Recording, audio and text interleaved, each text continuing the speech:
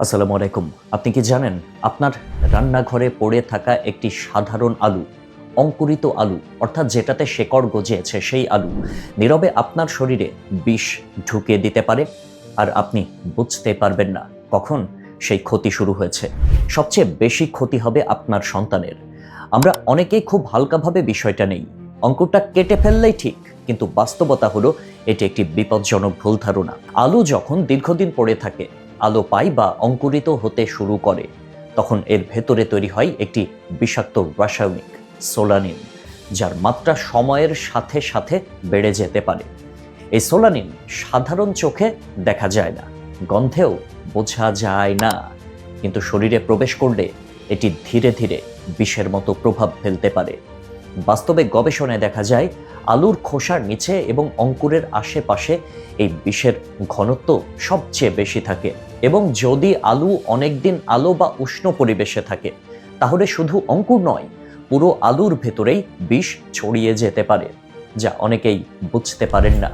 শুরুতে হয়তো আপনি টের পাবেন না, কিন্তু কিছু সময় পর শরীরে দেখা দিতে পারে বমি বমি ভাব, পেটের তীব্র ব্যথা, ডায়রিয়া, মাথা ঘোরা, এমনকি দুর্বলতা, যা অনেকেই সাধারণ খাবারজনিত সমস্যা ভেবে অবহেলা করেন।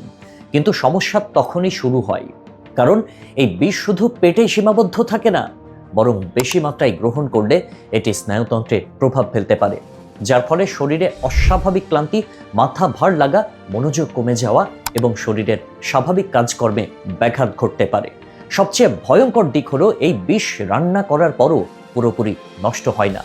অর্থাৎ আপনি যতই ভাজুন, সেদ্ধ করুন বা ঝোল বানান, এর একটি অংশ থেকে যাওয়ার সম্ভাবনা থাকে, যা ধীরে ধীরে প্রভাব ফেলতে পারে। এখন ভাবুন, যদি আলুতে সবুজ রং দেখা যায় বা বড় বড় অঙ্কুর বের হয়ে যায়, তাহলে বুঝে নিতে হবে এর ভেতরে বিষের মাত্রা আরো বেশি বেড়ে গেছে, এবং এটি খাওয়া মানে অজান্তেই নিজের শরীরকে ঝুঁকির মধ্যে ফেলা। আমাদের চারপাশে অনেক পরিবারেই এই ভুলটি নিয়মিত ঘটে।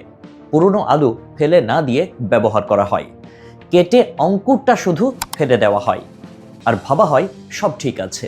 কিন্তু এই ছোট্ট ভুলগুলোই দীর্ঘমেয়াদে শরীরে সমস্যা তৈরি করতে পারে। বিশেষ করে শিশুদের ক্ষেত্রে এই ঝুঁকি আরও বেশি, কারণ তাদের শরীর তুলনামূলকভাবে সংবেদনশীল এবং কম পরিমাণ বিষও দ্রুত প্রতিক্রিয়া তৈরি করতে পারে, যার ফলে হজমের সমস্যা, অস্বস্তি, অতিরিক্ত দুর্বলতা এবং কিছু ক্ষেত্রে গুরুতর শারীরিক প্রতিক্রিয়া দেখা দিতে পারে, অর্থাৎ আইসিইউ, তারপর দম বন্ধ।